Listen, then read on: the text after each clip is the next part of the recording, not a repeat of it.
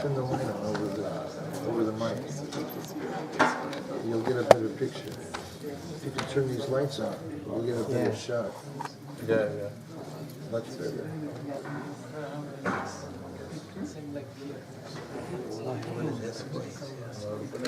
Yeah.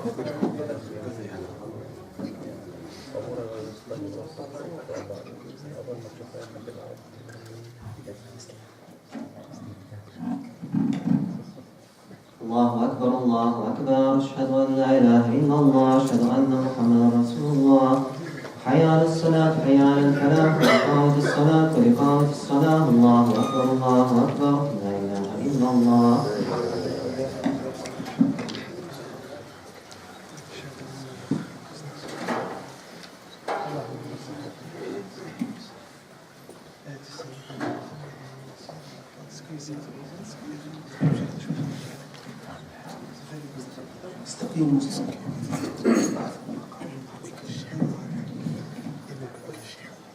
الله أكبر. الحمد لله رب العالمين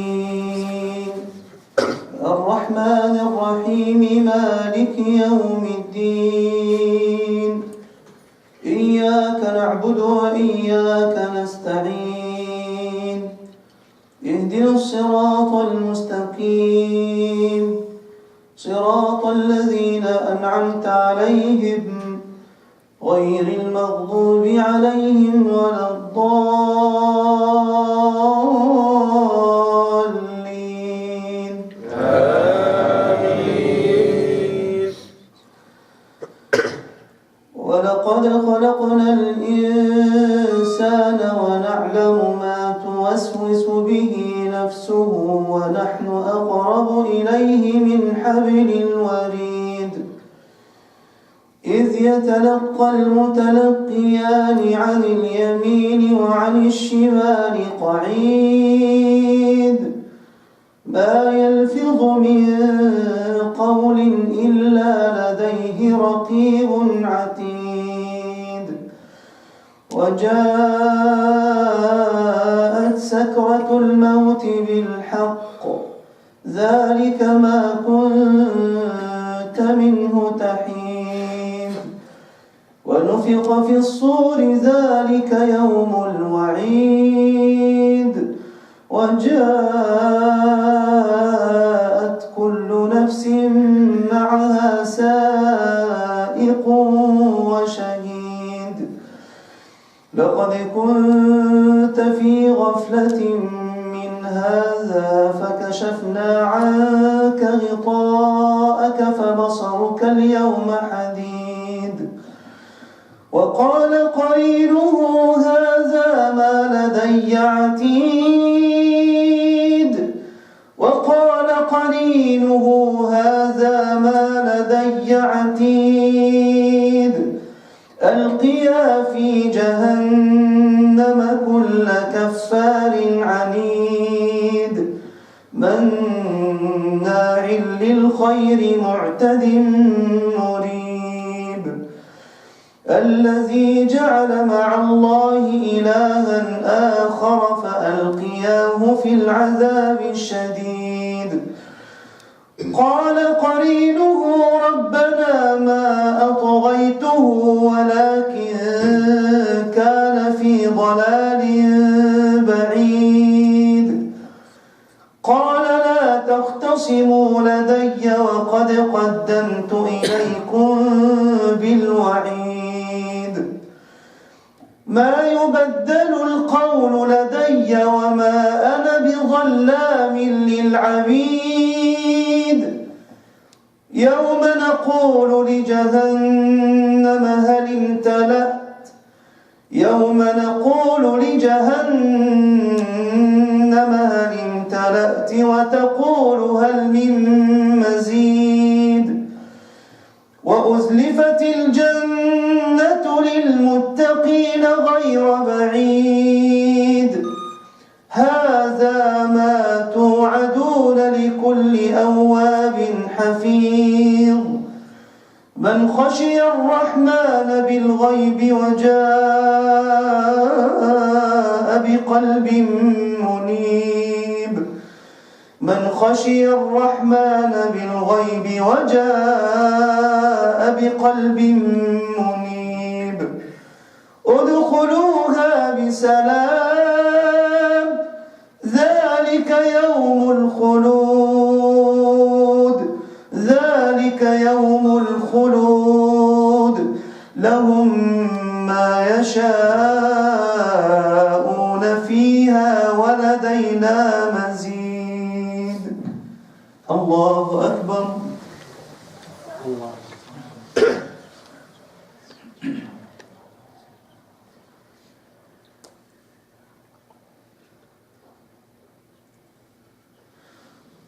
سمع الله لمن حمده. الله أكبر.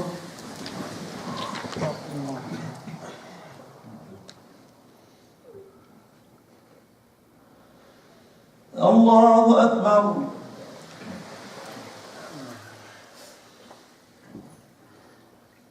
الله أكبر.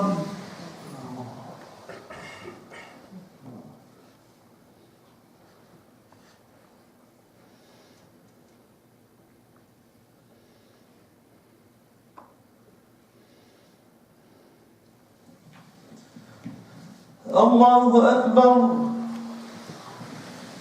الحمد لله رب العالمين الرحمن الرحيم مالك يوم الدين إياك نعبد وإياك نستعين اهدنا الصراط المستقيم صراط الذين أنعمت عليهم غير المغضوب عليهم ولا الضالين.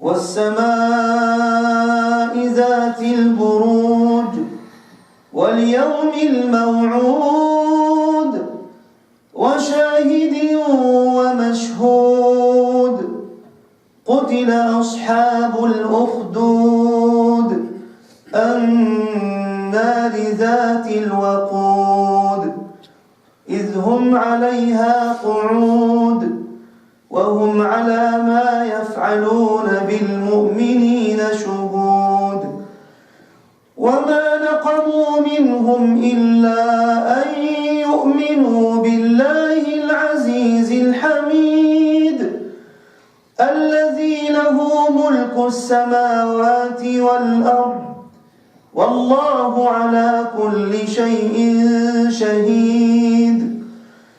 إن الذين فتنوا المؤمنين والمؤمنات ثم لم يتوبوا فلهم عذاب جهنم ولهم عذاب الحريق. إن الذين آمنوا وعملوا الصالحات لهم جنات تجري من تحتها الأنهار ذلك الفوز الكبير. إن بطش ربك لشديد إنه هو يبدئ ويعيد وهو الغفور الودود ذو العرش المجيد فعال لما يريد. هل أتاك حديث الجنود فرعون وثمود بل الذين كفروا في تكذيب والله من ورائهم محيط بل هو قرآن مجيد في لوح محفوظ. الله أكبر.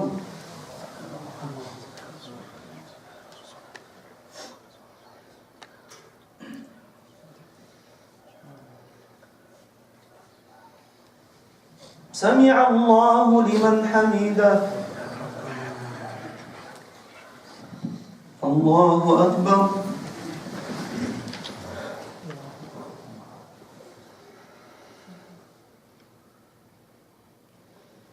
الله أكبر.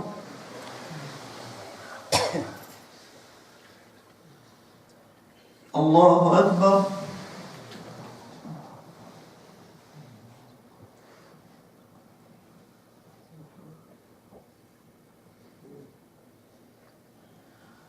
الله أكبر.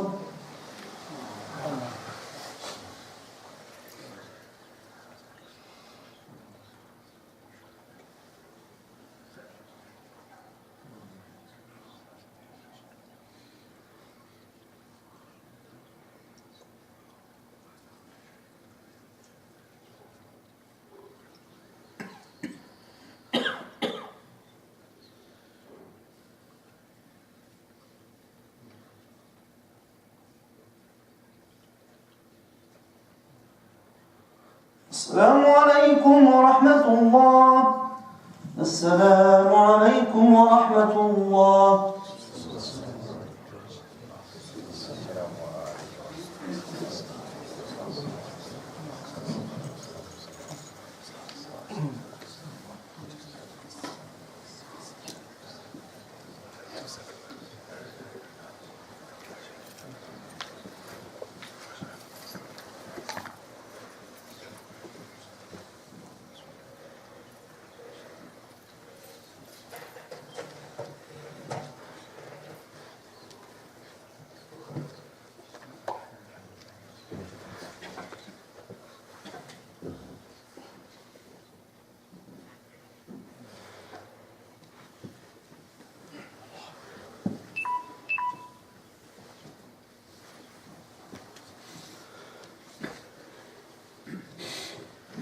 السلام عليكم ورحمة الله وبركاته. بسم الله والحمد لله والصلاة والسلام على رسول الله وعلى آله وصحبه ومن والاه. أما بعد. So during this time, we get a lot of our youth coming in, and so one of the points that comes up, contention almost between the adults and the youth during this time, these last 10 nights, is what's the balance? So the youth are questioning, what is the balance in Islam? Like, as far as, we want to worship, we want to, have an increase in our worship during these last 10 nights, but how do you decipher between extreme, or not extreme, but more pronounced worship versus, being able to have fun and relax and all those things, and what does Islam say about that? So the way that you can understand this a little bit is one of the ayat in Quran, where Allah subhanahu wa ta'ala says, and I'm going to read this to you because it'll be easier. Let me find it for you.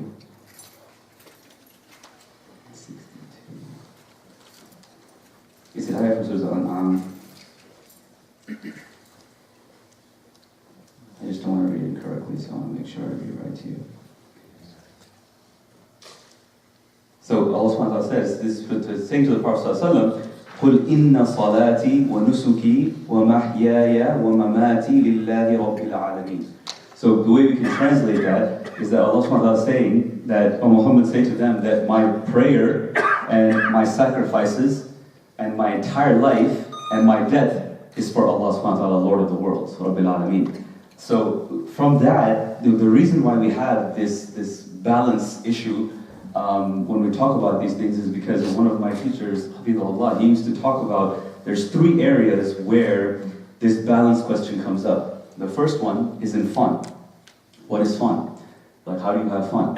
And a lot of the times we think that, especially for the youngsters, we think that if we're hanging out with our friends, we're spending time with our friends, and we're doing things that aren't necessarily outside, as far as haram activity goes, if we're doing halal activity, that's somehow not allowed in Islam. Like to go outside and play basketball with a bunch of people, and people are praying in the masjid, and they're doing a sunnah or something, and we think that's not allowed. And in reality, Islam is very supportive of having fun, as long as there's no haram involved in that activity. So if you're hanging out with your friends, if you're playing sports, you're doing things that are not going to encroach on anything in terms of what Islam allows, then that's perfectly permissible, and that's allowed. And the second area is when it comes to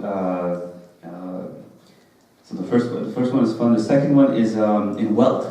So in wealth, once again, the balance in wealth is another area where people get very confused, because if you look at our Sahaba, radiallahu anhum ajma'in, Uthman radiallahu anhu, was a very wealthy person when he passed away.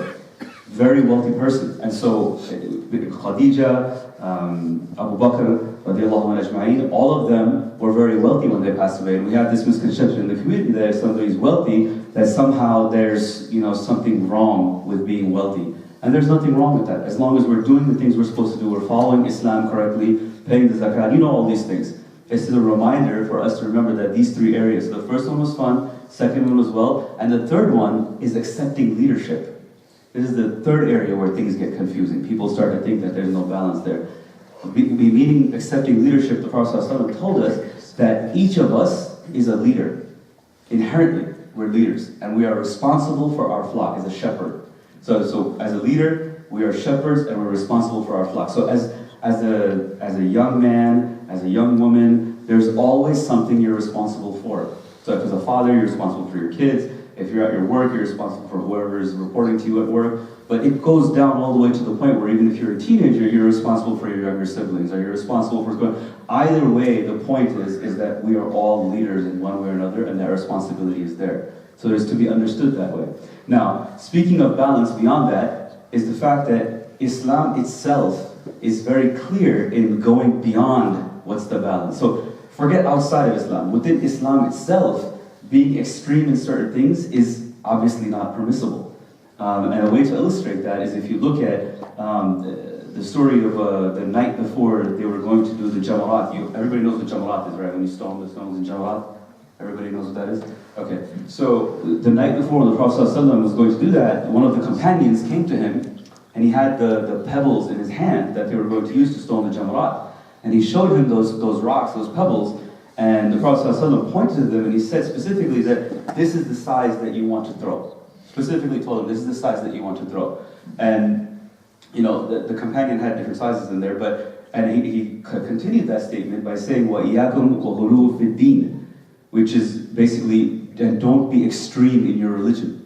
So you can imagine that if within the religion something like about the size of a pebble needs to have the correct size, what does Islam say about all the other things that people do extreme areas in? So that's why we need to understand the balance. As long as we stay within that balance and we don't go to the extremes, Islam itself is very, very careful and just in exactly what that balance fits into it. So, inshallah, we ask Allah subhanahu wa ta'ala to help us to work on that balance and to understand that, that fun, wealth, and accepting leadership are things that are part of the deen and understood to be part of the balance. Jazakumullah khairan wa assalamu alaikum wa rahmatullahi wa barakatuh. We have a visitor today, Brother Shahid Muhammad. He's coming today. Please welcome him and give him a big hug. Maybe change his mind. He's still with us. You